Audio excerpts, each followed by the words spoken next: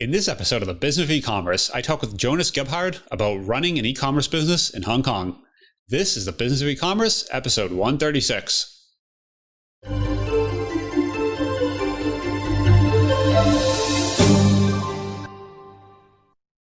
Welcome to the Business of E-commerce, the show that helps e-commerce retailers start, launch, and grow their e-commerce business.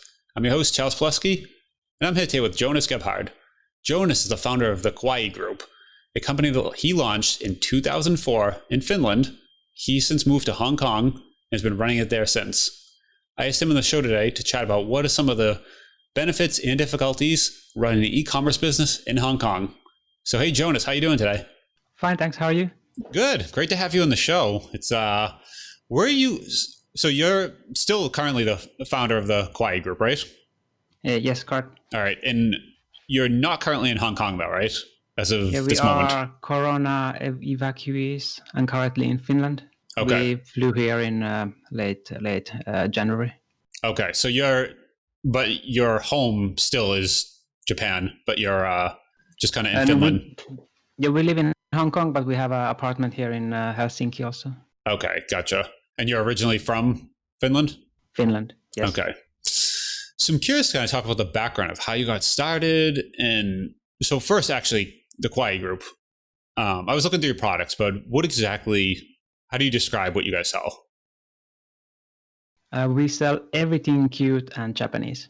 So everything cute like Hello Kitty and characters like Hello Kitty and everything pink, fluffy, nice, sparkly. Yep. Okay. And what markets do you sell into? Mostly North America and Europe. Okay. So you sell them, and where is it? I mean, just a few questions here, because this is a very different, most folks are either in North America or Canada, and they're selling to their local market. But you are did you start the business when you were in Finland or in Japan? Yeah, we started about 15 years ago in Finland. So we had a few physical stores and then we sold. And sorry, Hong Kong, I meant. I should have said Hong Kong. Sorry, yeah. So we sold from Finland to Finland. We imported the stuff to Europe, and it's just impossible to sell from Finland to any other countries. It's too expensive. Everything from shipping and labor and storage and all the fees. So then we moved the business to Hong Kong about 10 years ago. So now we are able to sell everywhere in the world and be on the same basic like cost structure as all our Chinese competitors and other Asian companies. So you moved the business to Hong Kong, but I want to make sure I understand. So you moved the business to Hong Kong, but the products now are being distributed from both Finland and Hong Kong and North America? Or where do they actually, where is it the distribution come from? We ship everything from Hong Kong. We have a warehouse in Hong Kong and everything is shipped from there. So direct, like basically Hong Kong to North America and Hong Kong to Europe now? Yeah. Okay. Correct. How long ago did you start this business? This one we started about 15 years ago. Okay. 2004, if I remember correctly. So you basically started like the opposite, like the anti-dropshipping business. Instead of doing dropshipping, you kind of went with the dropshipping. You kind of went there, and you're shipping the other way now. Yeah, I don't know if there was dropshipping even when we started, but we have always had our own warehouse and own shipping because we have so many products, like maybe 5,000 SKUs. So we are not able to have a 3PL or another company to handle those. Okay. So are you sourcing them? So I'm trying to understand. So you source them all locally in Hong Kong and China? We buy from many countries, mostly Japan, but of course some of the like the custom products we make for ourselves are coming from China. And then we buy from Korea, Thailand. Okay. And then ship them all to the warehouse in Hong Kong and then distribute it. But you're taking orders from all over the world and just distributing to wherever, basically, North America, Europe. Yeah. It's because the shipping from southern China and Hong Kong is so cheap. We offer free shipping for every country, everywhere. Really? So it's basically everything we ship, we offer free shipping, and we don't even carry any products that would be more than 2 kilos because then we would not be able to ship them for free. How do you do that? That's amazing, actually. We just have to calculate the shipping prices into the product prices. It's basically it's easy, but easier for customers to see that shipping is free. And then if they compare the product prices, our prices might be a little bit more expensive than some competitors, but still we offer free shipping. Today's episode is sponsored by Drip. Drip is the world's first e-commerce CRM and a tool that I personally use for email marketing and automation. Now, if you're ever in an e-commerce store, you need to give Drip a try, and here's why. Drip offers one-click integrations for both Shopify and Magento. There's robust segmentation, personalization, and revenue dashboards to give you an overview of how your automation emails are performing. One of my favorite features of Drip is the Visual Workflow Builder. It gives you a super easy way to build out your automation rules visually and see the entire process. It lets you get started quickly, but also build very complex automation rules. It's powerful, but also easy to learn, unlike a lot of email tools that offer the same type of automation. To get a demo of Drip today, you can go head over to drip.com/BOE. That's drip.com/BOE. Now, onto the show. So how did you first get into this? Like, were you in Finland at the time? You traveled to Hong Kong? Like, where did this start? And we traveled a lot in Asia, like late 90s, early 2000. And everywhere we see the products what we sell now, we see them everywhere, but they were not available in Europe, at least. Maybe some cute stuff for young girls, but nothing like Japanese style cute. It's very different from what we are very used to. So that's why we started that business first, and then slowly moved to online also, because we started with a physical store. So it was completely the other way around. Oh, so you started it with so you had a brick and mortar in Finland, and you were just importing products? Yeah. Wow. Okay. Yeah. And not a good idea. Yeah. Well, I mean, this was also in 2004, you said, so slightly different. I guess the tide was already changing at that point, but yeah, and it's so expensive to run an actual store with like inside a shopping mall with all the mandatory opening times and. Yep. So when did you decide?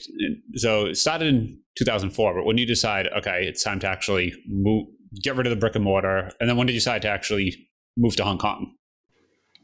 Around the same time with the economic downturn, 2008, we decided like we are gonna close the physical stores and just focus on e-commerce, because then we could already see that e-commerce, and if we could sell worldwide, it's gonna be much different than selling to a small market of 5 million people.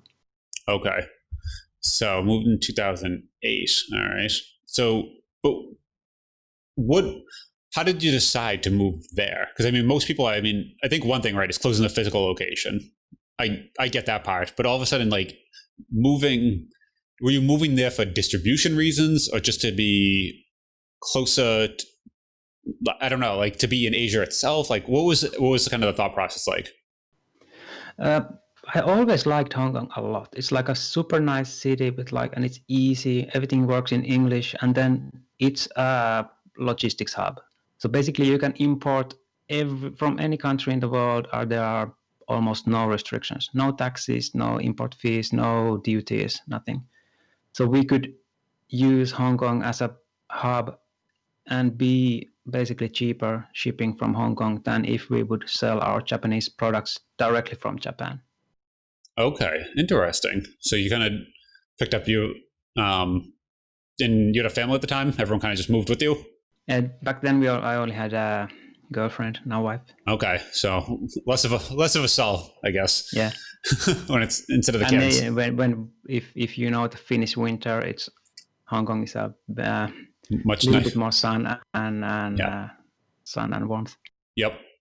And how big was the company then, and how big is the company now? Kind of headcount. Oh, back then we only had one employee. Now we have 15. 15 all in Hong Kong, or Philippines, Hong Kong, Japan. Okay. And is it customer service? Is it warehouse? What's it look like? We have in Hong Kong, we have like a photographer, office manager, warehouse people.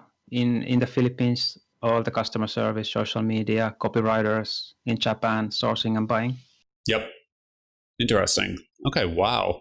So what have been some of the biggest challenges to doing this? Because I feel like this is a very atypical e-commerce business. So it's going to have totally unique challenges.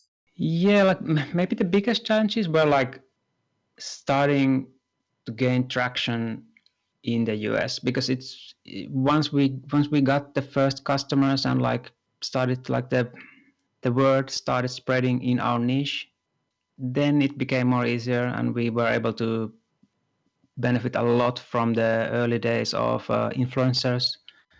Maybe that was the biggest challenge, because in the beginning our customer base was only in Northern Europe basically. So it took a while to break into the US, the North American market, basically. Yeah, and it was almost before Facebook marketing, before Instagram, so it wasn't that easy to have the word out. Yeah. So how did you actually get into the US market at that point? Was it all kind of just PPC, or? But I'm guessing no one's searching for.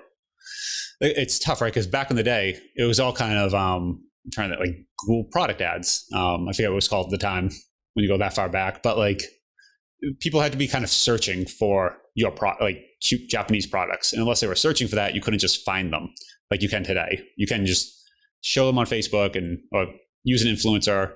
So how were you doing it originally?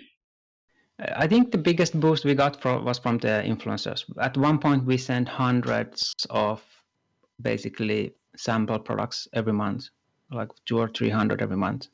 Back then, all the bloggers and YouTube stars were small and did not expect any payment. They were happy to receive our products and do the reviews. So that was one of the biggest like early boosts we had. And now it's more Facebook and Google and email, everything combined. Okay, so you were very early in kind of the influencer. You were in the influencer world before they were called influencers. Yeah, there has always been like these people who are fans of the Japanese pop culture, Yep. like anime, manga, and Japanese games. So we just have a small niche in that, which is the kawaii cute stuff that we sell. And that's also a niche that will work with any young girls or young women. Everything cute and pink, every girl at some point usually likes those. So it's not as limited as it sounds, but. Well, I guess so. On the flip side, what would you say is the biggest strength from setting up the business this way? In Hong Kong, it's everything is everything is an advantage because no taxes, no import duties, no fees like that, and then labor force is very competitive. Almost no personal taxes, almost no profit or dividend taxes. Oh wow! I did not. And the shipping is maybe the biggest benefit. Like we can offer free shipping to any country in the world, and it's cheaper to ship from Hong Kong to Finland or from Hong Kong to US than it's from US to US or Finland to Finland. Wait, I want to make sure I actually got what you said. It's cheaper to ship from Hong Kong to the US than US to US? Yeah, in most situations it takes longer, but maybe 2 weeks, but it's still cheaper. How? I mean, because I know getting stuff from China, you can do it, but just one-off shipments is always tough. But how is Hong Kong so much cheaper? We have all the same benefits as China. So much volume. Well, now during the coronavirus, it's a bit different because the passenger flights have been reduced. But before Corona, it was mostly passenger flights. So much volume. So the shipping companies are just competing each other. Yeah, keeping the price low. I think most folks don't actually know this. I guess on a couple weeks ago we were talking about this. It's probably worth mentioning, where a lot of the air freight from China, from Hong Kong, isn't, when you think of it, right, you're thinking it's on like a plane, or like a freight plane, and it's just a big plane, big empty, and they put pallets on it. But it's really just in the bottom of a passenger flight, like 90% of the freight, right? Yeah, that's like that's the majority of the international airmail. It's not cargo flights, it's just passenger flights going to each of these countries. Yep. Scheduled every day. And now when there are no such flights, there have been delays, but once again, Chinese and Hong Kong companies are very resourceful, so now there are cargo flights going almost daily to most major countries. Okay, yeah. So, because I know at first it hit real hard, where there were no passenger flights, the cargo flights weren't ramped up yet, and just there was just stuff sitting on the pallets just sitting waiting to go, and there was just no flights to put them on. But they did get the cargo flights kind of going again. Yeah. Now things the US and Europe are pretty much back to normal. Even better than before, because now it's faster than before. Okay, but because there's still no passenger flights really coming from actually almost anywhere into the US at this point. Yeah, very few. Okay, so shipping is cheaper from Hong Kong to the US than US to US. That's a interesting one. Wow. And then I didn't know about the taxes either. So there's no corporate taxes, profit taxes. It seems pretty business friendly, to say the least. Yeah, Hong Kong is super business friendly city. I think the corporate tax is maximum 15%, but if I remember correctly, if you make a profit of like 250,000 US, it's about 8%. Oh wow, it's very high. Okay, so super cheap shipping, and then I'm guessing also just being close to sourcing, right? Like China and the time zone is a really big plus. Like we can go to China, just hop on a train, and we'll be in Guangzhou or Shenzhen in 1 or 2 hours. And then when we are on the same time zone, it's so much easier to have everything work out efficiently. And from China to Hong Kong, there are no duties and no customs fees. So it would be in the same country. Everything works very quickly. Okay, very cool. Okay, so you are able. So if you want to go source products, so you have the factories in. So you're going to factories in China, but then you're distributing from Hong Kong. So you just yes, correct. Okay. Do they move it over on? I'm just kind of curious. Truck, train? How do they get it there? For us, it's trucks. Okay. From China, yeah. So trucks come over, drop it in the DC, and then you're shipping out from Hong Kong via air freight, basically to everywhere in the world. Yeah. Very cool. Okay. Why do you think most people don't do this? Because it sounds like there's a lot more pros than cons.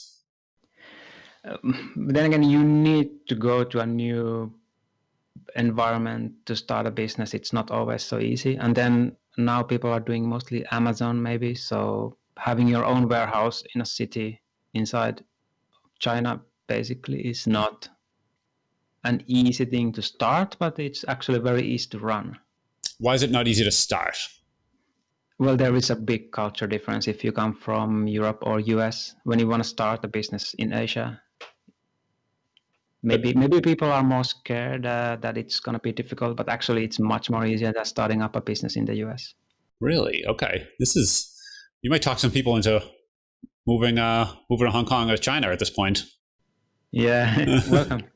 Did you guys recently, I was just looking through your bio, start a subscription box business as well? Is that something, I read correctly? Yeah, we have 2 stores and 2 subscription boxes. So we have 1 store for all the cute stuff we've been talking about, and 1 store for candy and snacks, Japanese candy and snacks. And then we have a subscription box for both, they work really well together. They support each other. So for the subscribers, we can upsell the store and the other way around. And both, like, we can also share the products. So basically, if we have leftovers from the monthly subscriptions, we always can sell them in the store. Makes it easier and no less risk with the overstocks. When did you start that business? Oh, the subscription box maybe 6 years ago. So we've had that about 6 years. I think some people don't know about that little trick as well, how they kind of support one another. So you're basically, so you can almost, so what you don't sell in one, you then are able to basically have a deeper discount in the other because you're buying so much of it each month. Yeah, for the subscriptions, we always have to, at least we want to do it so that every box is identical every month. So we have to buy a little bit extra every month and estimate so that we don't run out of products. But then we can always sell that product, overstock product from the in the store. So it's basically no risk for having leftovers. If you have only a subscription box, how do you get rid of the extra stuff? That's a problem for some companies. But we can still sell it in the store and then have campaigns and deals for those 100 or 200 extra items. And it all sounds like the ultimate upsell in the other direction, right? So you purchase a product and you're like, hey, if you like this product, maybe you'll want something like this every single month. Yes, every customer that buys from the store is being hammered with the subscription box ads and emails. And how relative to each other, what's the larger business? The store is much more profitable because we can maintain a higher margin, but the subscription box has higher lifetime value. So when customer comes and buys, subscribes, they stay with us like 4, 5, 6 months on average, depending on when they start. And then the store, they might have 2 or 3 orders, but the lifetime value with the subscription box is better. So we can always spend a little bit more on the ads for the subscribers. Okay. So, and then just taking some notes here. This is interesting. So then having the higher LTV on the subscription box, and if you're upselling them, then it makes the store more profitable too, I'm guessing, right? Because now you're saying, hey, let's say average cart size is 100, right? Let's just round number, check out. So normally you can only spend so much on acquiring that customer, but if you know you're going to upsell them after the fact to this product they're going to have for 6 months, now you can spend double, triple on your ads at that point, it sounds like. Yeah, and the people who buy from the store are maybe they want to sell certain products, like they want to select the certain items they like, but the people who subscribe, they mostly subscribe for the experience. So it's not about individual products for us, it's about the experience of unboxing and getting getting this cute box every month and sharing with your friends, and maybe some people buy it for gifts, and it's a little bit different target audience, also more general target audience, when the store people actually need to want the product they buy. Yeah, you kind of see someone that's really into it, goes to the store, buys a product, gets is wearing a shirt or kind of has a product, their friend sees it and they're kind of into it, and then next birthday or holidays they buy them the subscription then as a gift. It's something you could easily see that exact relationship. So they're almost buying the same customer could be buying it for a friend at that point, right? Yeah, and then the subscription business is also I heard you talking about the Dollar Shave Club at one point. It's a bit different for us because our products are not consumables.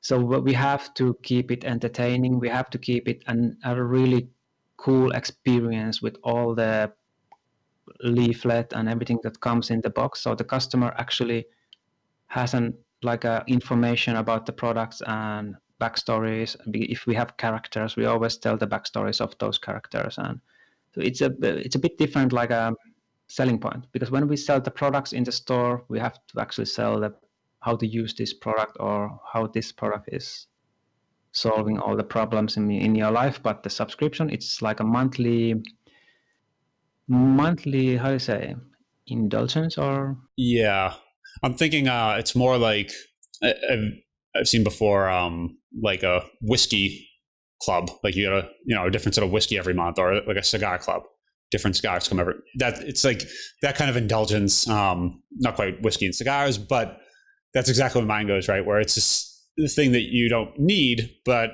you're excited to get it every month. Like obviously don't need a cigar, and you don't need like candy from Japan, but when you do get it, that is your indulgence. And then we saw a huge spike now this April, May, when all our customers in the US were locked in their apartments. So the parents wanted to just keep maybe keep their kids happy and subscribe to our box. So there was like a Christmas, Black Friday type of spike for 2 months straight. Yeah, we talked to a number of retailers that we work with here, and a few of them basically said, asked everyone kind of how it's going. And I've heard back from a few folks. They're like, yeah, we're doing like Black Friday type numbers. I'm like, oh, really? This week? They're like, no, every day. Like, just like every single day, it's like Black Friday. Like, that is amazing. So, yeah. So you're in that. What was that? No, I was just asking, do they think it's gonna last, or how does the North American sellers? Are they expecting this sales spike to last until Christmas or? So my opinion is there's two different things happening here. And just from talking to different people, this is kind of where I've come to at least this opinion. There's two waves we're hitting. The wave of people locked in their house and they're, buying it for the kid to keep them happy, that sort of thing. So that's like the big wave. But there's one under it that's actually the larger thing happening, where a lot more users have been exposed to online, exposed to shopping, it just exposed this world of e-commerce that might have been a little foreign to them last year at this time. The older generation, or even just some folks buying a subscription box for the first time. And I think that wave is actually the more important one that might never stop. Like, I think it's the new norm all of a sudden. So we're feeling the big pop, but I think the underlying current is really that it's going to move the needle, forever at this point. I feel like when you once teach people how to do something new, they're going to stick with it. Yeah. Well, and getting over that fear, right? That subscription box that, oh, this is actually kind of neat. And then they'll start exploring other subscription services, that sort of thing.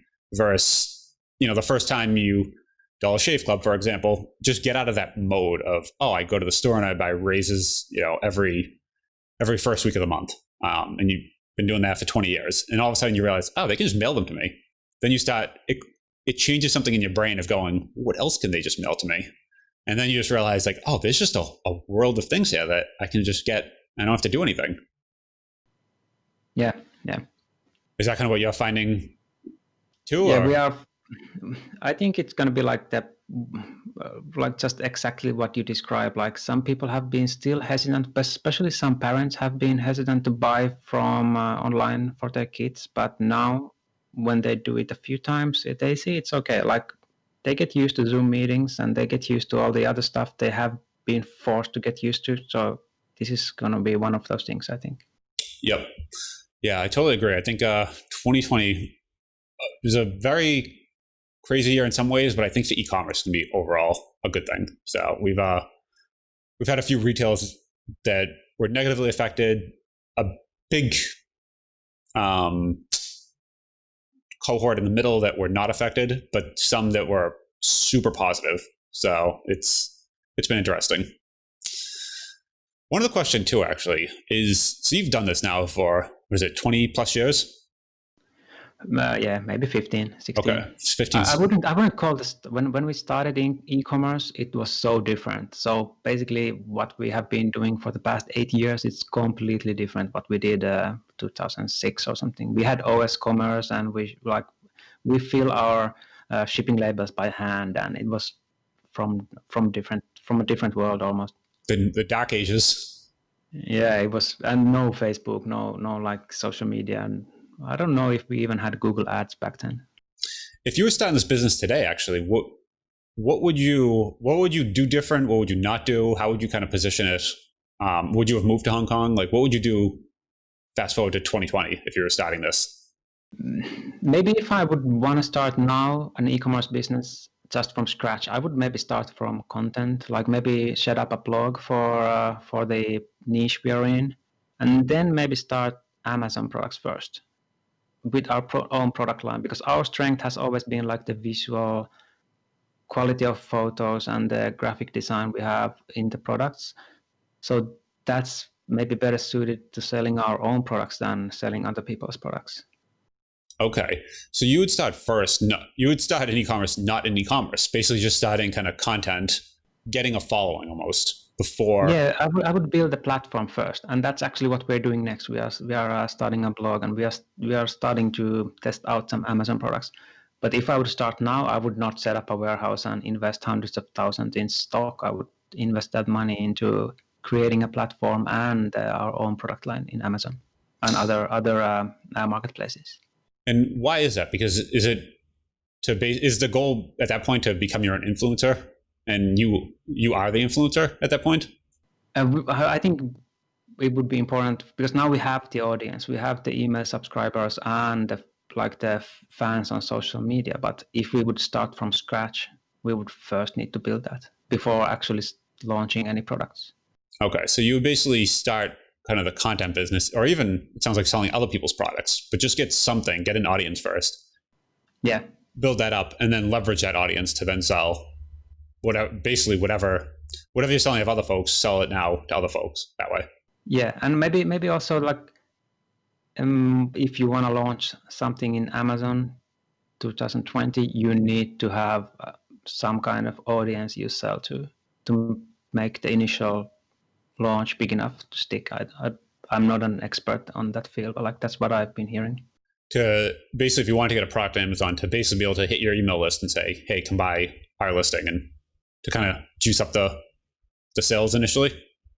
Yeah, now when we have something like 300, 400,000 subscribers on the newsletters, it's going to be much easier to launch a product on Amazon than just if we would be a no-name brand with no followers.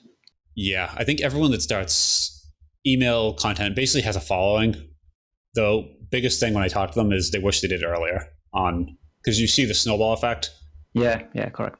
And with everything, right, at first you're doing it and there's really no one coming to the blog. There's no one, you're emailing 10 people and it feels a little like, what's the point?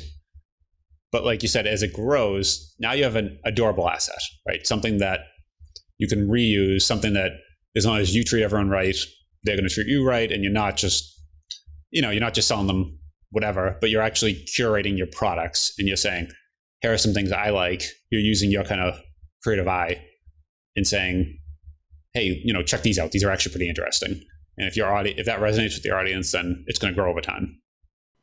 Yes, and with the same thing with like designing a product for ourselves, like it's going to be so much easier if you have some kind of audience you can ask for advice, like instead of coming up with your own like assumptions and spending money on the testing. So then you use your internal audience to basically float ideas, right, on this color. Yeah, this basically A/B test, like if would this even sell if we make this product. Yeah, very cool. And what do you reach them via email and kind of just say, here's what we're thinking, these products. What are your thoughts? And folks kind of reply back. Yeah, and then we can have a pop up on the site, which is like a simple question: click the image you like more, or we use Gleam for that. So there are many options. We can just quickly test what would the customer or potential customer be interested in. Very cool. All right, I think that that's helpful, and I think probably a good place to wrap it up though. But if people want to kind of check out the site, if they want to check out the description box business, I'll put links in the show notes. But where's some of the best places for folks to find you? Our store is blippo.com, blippo.com, and the Kawaii box is kawaiibox.com, KAWAII box.com. Awesome. I will link to the show notes. Thanks a lot for coming on today. Super interesting. Thank you so much for having me.